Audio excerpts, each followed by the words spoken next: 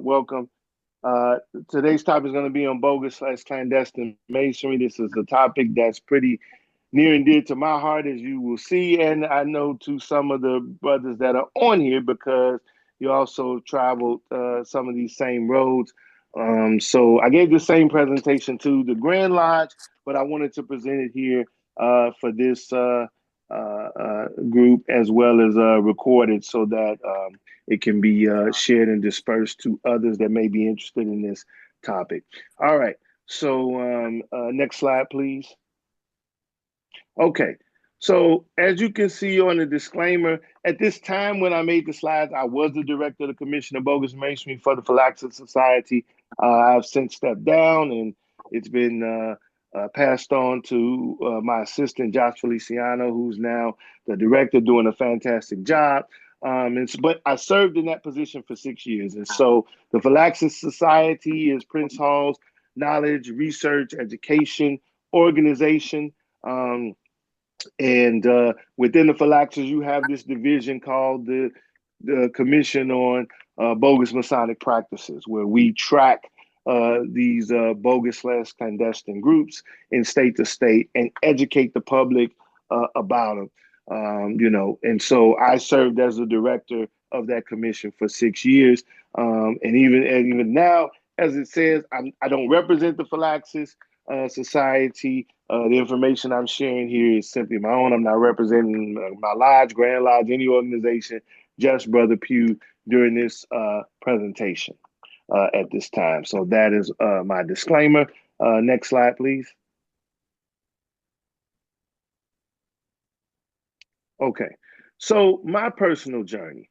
So I was raised initially in 1998 in the Cook Lodge number 7, which was a lodge that was subordinate to Most Worshipful St. John Grand Lodge, Ancient Free and Accepted Masons, John G. Jones in Chicago. Most of you in the Chicago area know it's on 74th and Ingleside. And I was brought in by my uncle, who I love and respect, and a lot of good brothers, a lot of good people, good men there in that organization. So, as I mentioned, this organization is in no way a reflection or disparaging the people in that organization, despite the lineage that they have, which is not considered to be a regular within Freemasonry. Okay, so I want to start by saying that. Some of the things that I was told when I joined is, as an ancient free and accepted Mason, I'd be accepted by our Caucasian counterparts. I'd be able to travel and even visit the Grand Lodge of England if I wanted to. Now, this was in 1998, which was coincidentally the same year that Prince Hall Grand Lodge of Illinois signed the Treaty of Mutual Recognition with the Grand Lodge of Illinois. And I was told that, we would be accepted. Prince Hall wasn't accepted because they were 3-letter and we were 4 letters and this type of thing. And so I believed it, of course, didn't know any better, didn't have any information on Freemasonry. Internet was not what it is now. There was no Google and YouTube and all this type of things that how we exist now. And so I was able to get my license plate from the state of Illinois, and I'm off and rolling. And so I'm moving through Freemasonry, and at some point I tried to join this online forum because, again, there was no social media like it exists now. It was just a forum online called I forget the name, the Lodge Room. That was the name of it. And they had a public section and they had a tiled section. And I said, well, I won't be in the tiled section. And so you had to give your Masonic credentials. And I'm Brother Pugh from Cook Lodge number 7, Most Worshipful St. John Grand Lodge. And so next slide, please. And so as you see here with my guy Jerry Springer, is like I was told I was a real Mason, but my dues card determined that was not correct. The guys at the brothers at the Lodge Room were very nice and courteous and saying, I'm sorry, but your organization is not considered to be a legitimate or Masonic organization. And I was denied access to the tout section of that of that organization. And I'll be honest, I was stunned, I was hurt, I was taken aback. I honestly assumed that it was there was some racial motivations behind it because I knew I was a legitimate Mason until I went back and started to look into it and determined that that was indeed the case. It had nothing to do with race and everything to do with the lineage of the organization I was a part of. Okay, next slide, please. So let's talk about the words bogus and clandestine because sometimes people they get offended by the word bogus or they say we shouldn't use it or need to change it. I've heard this from people in our jurisdiction. And so first of all, in our grant law book for the Grand Lodge of Illinois, Prince Hall, we use this terminology. Okay, we have a committee on bogus and clandestine masonry. So I know some people get triggered, like the lady looking here, but please don't. This is why we use the terminology. It's what's in our law book, and this is why I'm using the terminology in this presentation. And we're going to go on to define these words a little more. Next slide, please. Okay, so um, and so this is just from again our law in Illinois. It says the bogus of clandestine grand lodges and lodges are meetings of clandestine masons uniting in lodges without the consent or approval of the regular, recognized jurisdictional grand lodge. And this is right out of our law book for Prince Hall Grand Lodge of Illinois on page 40. So let's talk about it says without the consent or approval of the regular recognized jurisdictional Grand Lodge. So in Illinois, there are two Grand Lodges that share jurisdiction that are regular and recognized, and that is the Most Worshipful Prince Hall Grand Lodge of Illinois and the Grand Lodge of Illinois Ancient Free and Accepted Masons, which is predominantly Caucasian, not exclusively. And so those are the two regular recognized jurisdictional Grand Lodges. And so any lodge that has an affiliation with a Grand Lodge outside of those two is considered bogus or clandestine by our jurisdiction. That is our law. It's very straightforward. And people's feelings get meshed in with this. And again, I have a relative that I love that's a part of an organization that our Grand Lodge considers to be bogus and clandestine. Has nothing to do with my feelings for him, doesn't change our relationship as family. But when it comes to talking about masonry, we have to, the ways have to part. I have to follow the law of our Grand Lodge, and some of you may be in the same boat as I am. That's why I want to kind of go through this and flesh this out. Next slide, please. Okay. All right. So let's talk about the definition of the word bogus. Bogus, not genuine, counterfeit, a sham. Okay. In the early 19th century, a bogus was a machine used to make counterfeit coins. No one knows for sure how this coin copying contraption got its name, but before long, bogus was a name for funny money or a fraudulent imitation of any kind. And this is right from Merriam-Webster's dictionary online. And I love the part which I highlighted here. It says fraudulent imitation of any kind, because that's really what a lot of these bogus Masonic organizations are. They are fraudulent imitation. They use all the same symbols, similar ritual work, do all the same things we have, but it's an imitation of the real thing. Okay, next slide, please. Okay. All right. So now let's look at the definition of clandestine. Clandestine, marked or held or marked by, held in, or conducted with secrecy. Now that is Webster's dictionary. Okay, so I watch a lot of TV programs, different spy movies. Is one or a series, one called The Agency on that. So they run clandestine operations in secret. Obviously, Masonry is not a secret society, meaning we don't hide our existence. We advertise it, okay? We wear sweatshirts and jackets and put stuff on our cars. So that meaning from Webster doesn't really apply to us Masonically. So for that, we're going to look at a Masonic reference, which is Mackey's Encyclopedia of Freemasonry. And in Mackey's, it says the ordinary meaning of this word is secret or hidden. He says the French word clandestine, from which it is derived, is defined by Boistet to be something done in a hiding place and against the laws, which better suits the Masonic signification, which is illegal, not authorized.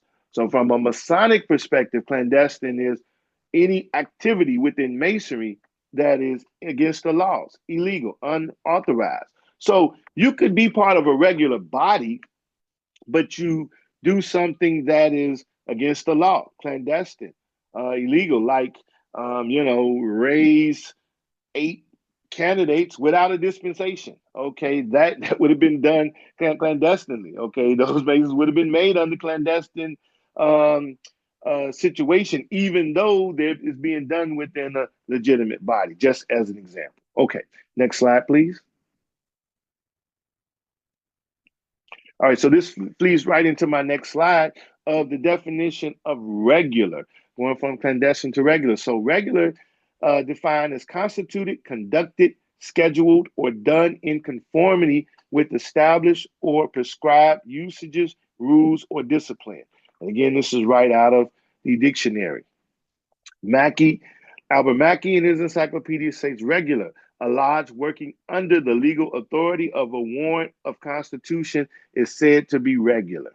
So from a Masonic perspective, your lodge has to have that warrant, that charter to be considered regular. And that charter has to come from a regular and recognized Grand Lodge. And irregular, by contrast, is something not being or acting in accord with laws, rules, or established customs.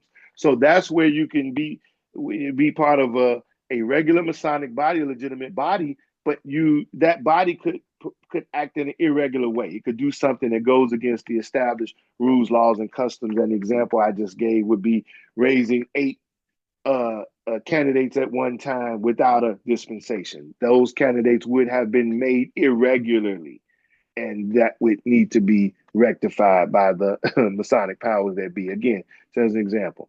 So the question is, where did the established or prescribed rules and usages come from? Okay, who started this? Where did all this come from? Next slide, please. Okay, so you got to start with what is the origin of speculative masonry? Okay, June 24th, 1717, the 4 lodges in London met and organized the first Grand Lodge of England, known as the Premier Grand Lodge, or later called the Moderns. Okay, these 4 lodges were operative from time immemorial. So what does that mean? They didn't have charters. They were from the operative masons, the builders, and as the work slowed down and membership started to dwindle, they started to let in non-builders. They started to accept them. That's where the accepted part comes in, and free accepted or ancient free and accepted, whatever, and let them into these lodges. And that started speculative masonry as they let in, theologians and professors and people within the royalty of England. Now, keep in mind, these are 4 lodges in London, England. So in the city, big city within the country, main city, you had lodges throughout the country and the countryside. So it's like, oh, these 4 lodges in the city decide to get together and form this new thing called a Grand Lodge. Okay. And this was the world's first Grand Lodge, the Grand Lodge of England, the Premier Grand Lodge of England, which later came to be called the Moderns. Okay. Next slide, please. All right. The next Grand Lodge that was formed is the Grand Lodge of Ireland. Grand Lodge of Ireland was formed in 1725. It is the second oldest Grand Lodge in the world, and my source was just their website. Okay. Next slide. As past Grandmaster Black, may he rest in peace, used to always say Masonry works in threes. So the third Grand Lodge is the Grand Lodge of Scotland. Grand Lodge of Ancient Free and Accepted Masons of Scotland is the governing body of Scottish Freemasonry, founded in 1736. It's the third oldest Grand Lodge in the world. And again, this information was taken right off of their website. So you had the first 3 Grand Lodges. Grand Lodge of England, Moderns. Grand Lodge of Ireland as the second. Grand Lodge of Scotland as the third. Okay. Next slide, please. Now enter a fourth Grand Lodge in England. Okay. The ancient Grand Lodge of England. The ancient Grand Lodge of England was formed in 1751, mostly by Irish Masons living in London. So these are Masons live from the country of Ireland that are living in London, in the city of London. Okay. And, you know, there's different speculation as to why they formed their own Grand Lodge. Of course, part of it was because they said, hey, these guys over here in the Grand Lodge, in the Premier Grand Lodge, they're changing things. They're moving. And so with the ancient Grand Lodge, like I said, they looked at the first Grand Lodge, they were moving away from established customs and traditions. They were changing things, making innovations. And so that was part of the reason why they said, hey, we're going to form our own Grand Lodge and we're going to call ourselves the ancient Grand Lodge. And this is a point that's confusing for a lot of people because the first lodge in England, the first Grand Lodge is called the Moderns. The second Grand Lodge formed in England is called the Ancient. So the younger Grand Lodge is actually called the Ancients. The older one is called the Modern. Okay, so just keep that in the back of your head if this is new information because it can be confusing. Obviously, you had some cultural and class differences between the Irish and the English. If you know anything about them, they've been fighting for like forever. And so, you know, you had the more class type thing where they may not have wanted, one party may not have wanted the other to sit in lodge with them. But for whatever reason, you can research more of that on your own. They formed this other Grand Lodge in 1751. And so what you had in England from 1751 until 1813 are two Grand Lodges competing, gaining members, gaining members. Some members are going back and forth between the two, like William Preston, who wrote a lot of our ritual. And so these two Grand Lodges in England are chartering lodges throughout the world, a lot here in the United States, until finally they come together and through a lot of work, they're able to join and they form the United Grand Lodge of England in 1813, which exists to this day. Okay. Next slide, please. Okay. So again, what does all that have to do with the topic of today, bogus or clandestine masonry? We have to go back to the source. So the birthplace of modern speculative Freemasonry, as we practice it today, is the British Isles, okay, which and Grand Lodge England, which is England, Ireland, and Scotland. Okay. Bottom line, when you start to create something, you have the power to make the rules. That's just the way life works. And so, who made the rules of regularity? The three Grand Lodges that started it. Okay, that's what who makes the decision. So we, Prince Hall, we trace our lineage, and I'll cover this another slide, to the Grand Lodge of England, the modern Grand Lodge, the first one. All right. These three Grand Lodges got together and they decided that any lodge that cannot trace its lineage back to one of them would be considered to be clandestine. Okay. Bogus, if you will. All right. So that's where the standard comes from. And so next slide, please.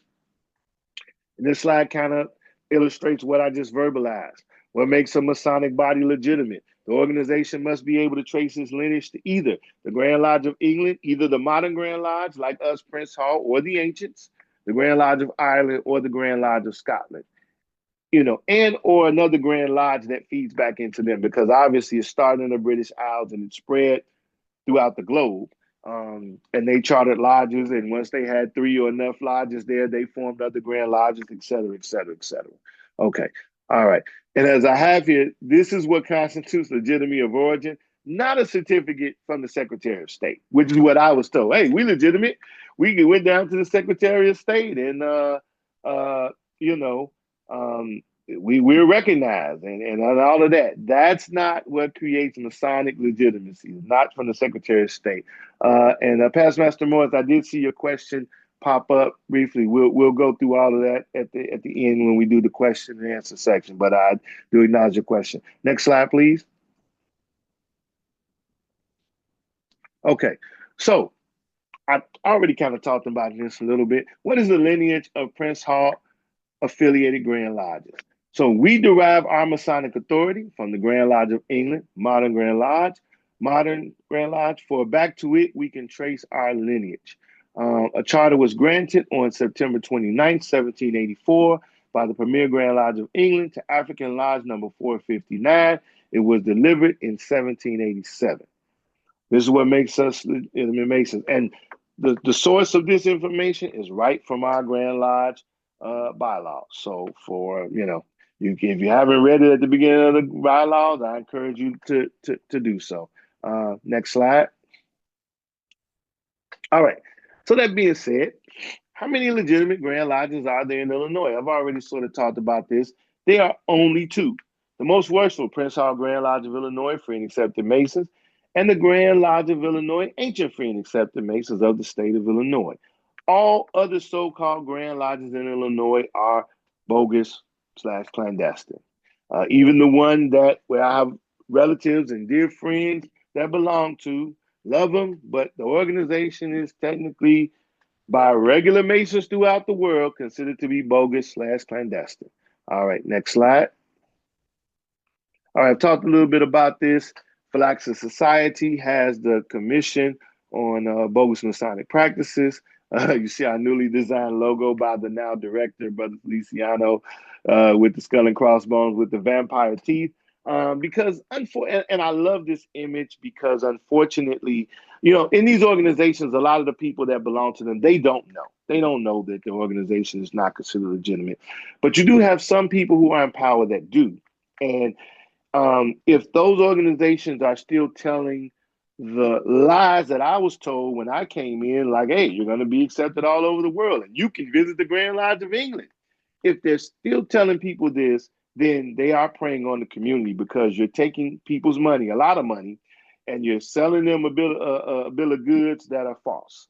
Okay, it's like a car that they say, hey, you can drive from here to California, and you start driving down the road and it breaks down. Okay, so that's not good.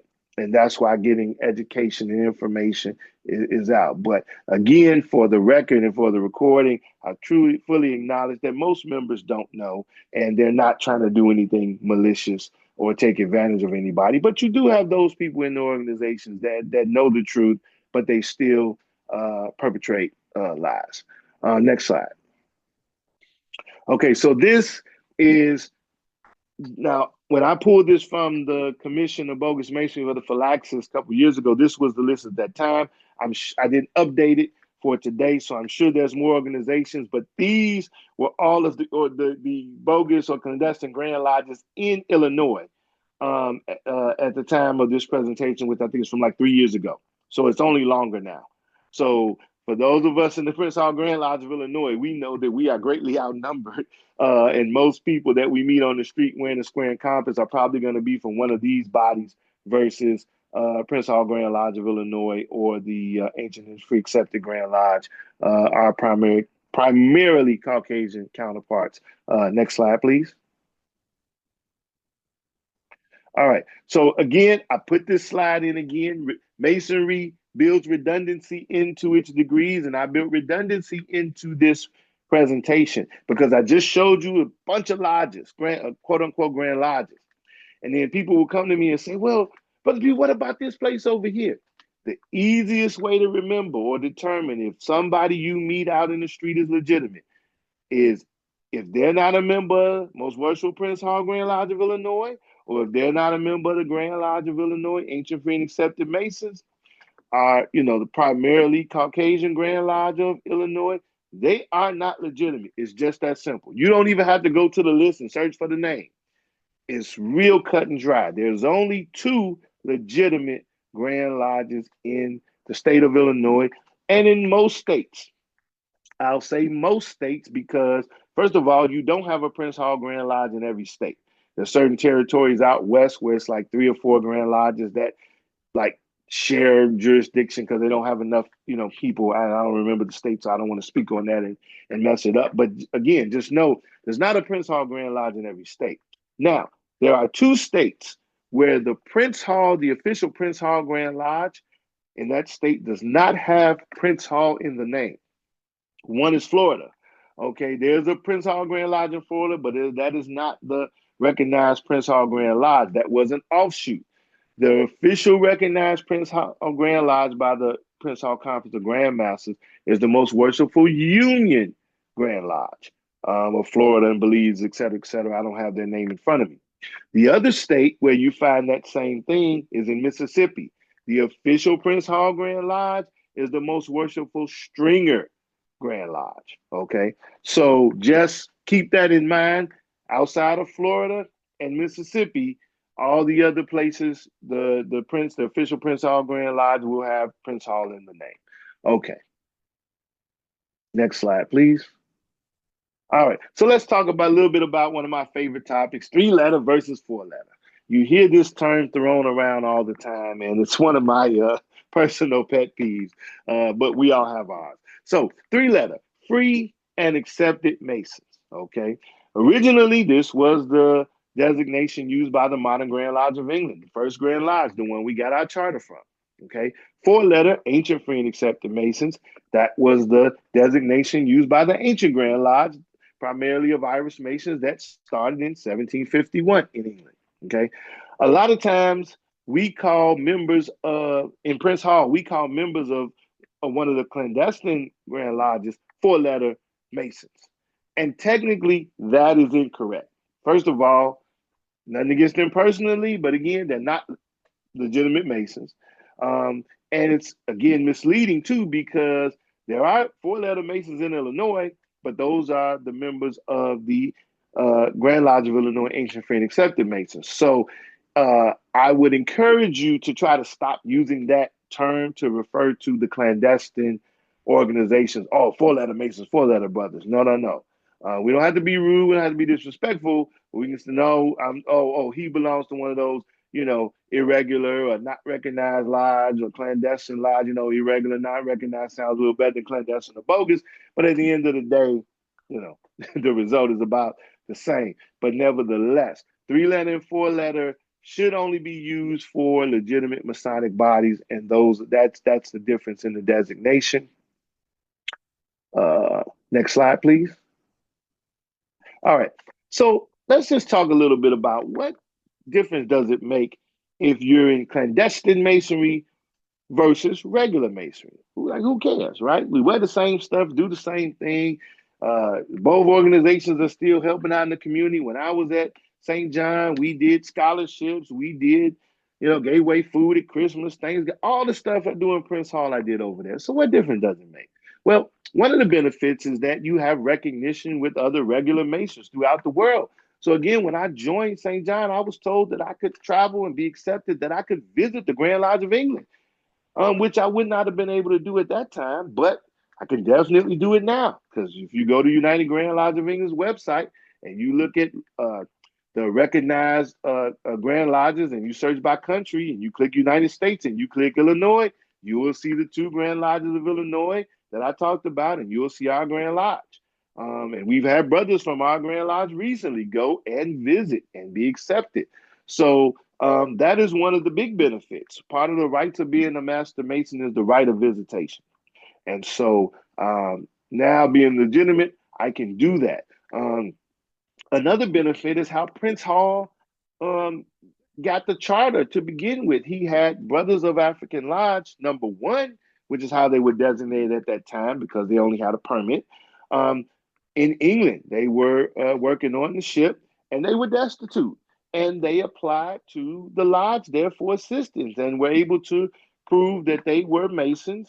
And that's how the connection was made. So, of course, being able to find possibly a friend or some assistance wherever you may travel in the world, hopefully you wouldn't need it, but I still think that's a great benefit of being a regular, legitimate Mason. And then finally, I have the benefit to have for those like myself that want to have articles published by credible Masonic magazines and venues like the Philaxis Society, the Philalethes Society, which is the counterpart of our Caucasian counterpart of our Philaxis, the Philately Society, probably mispronouncing it, please forgive me. And there's other websites, the Petrie Stones, as well as the Midnight Freemasons, who I've had the benefit and honor of having an article published on Midnight Freemasons, etc. If I would have tried to get my article published while I was still at my former clandestine organization, they would have, been probably very nice, but said, sorry, this is only for legitimate or regular Masons. So those are some of the benefits of being in regular Masonry versus irregular. Okay, next slide, please. So let's talk about what's the best way to interact with members of these organizations. And I just put here the golden rule, right? Do unto others as you want them to do unto you. Prince Hall, sometimes we get a bad rap by how some of our brothers act and interact with members of these organizations, and they try to interact with them like looking down upon them, or like you're not a good person because you're part of an organization doesn't have true Masonic lineage. All of that is wrong. We should always treat everyone with respect and how we want to be treated. And so it's just that simple. It's not rocket science. Out in the street, when I encounter individuals from these organizations, I see someone with a square compass on, and they greet me out. Greet them, of course, respectfully. And if we have an interaction where we find out, hey, where you hail from, what's your Masonic affiliation, and once I find out that they're not from a recognized body, it's like, okay, nice to meet you, sir. Have a good day. Nice talking to you. I haven't got into any Masonic discussion, haven't revealed any secrets, none of that. And we're off. It's just that simple. But I don't, hey, you're not legitimate, and start a confrontation. Like, no, please don't do that out in the street. You got the right to do what you want, but definitely let's treat people with respect. I'll say that. All right, next slide, please. Now, for us in Prince Hall and other regular Masonic bodies, in my opinion, the clandestine organizations, they present a huge opportunity. Okay, an opportunity for us to bring men and women into Prince Hall Masonry. This will improve all of our organizations and our Masonic life, as we have more resources coming in to pay dues and sit in seats and do the work.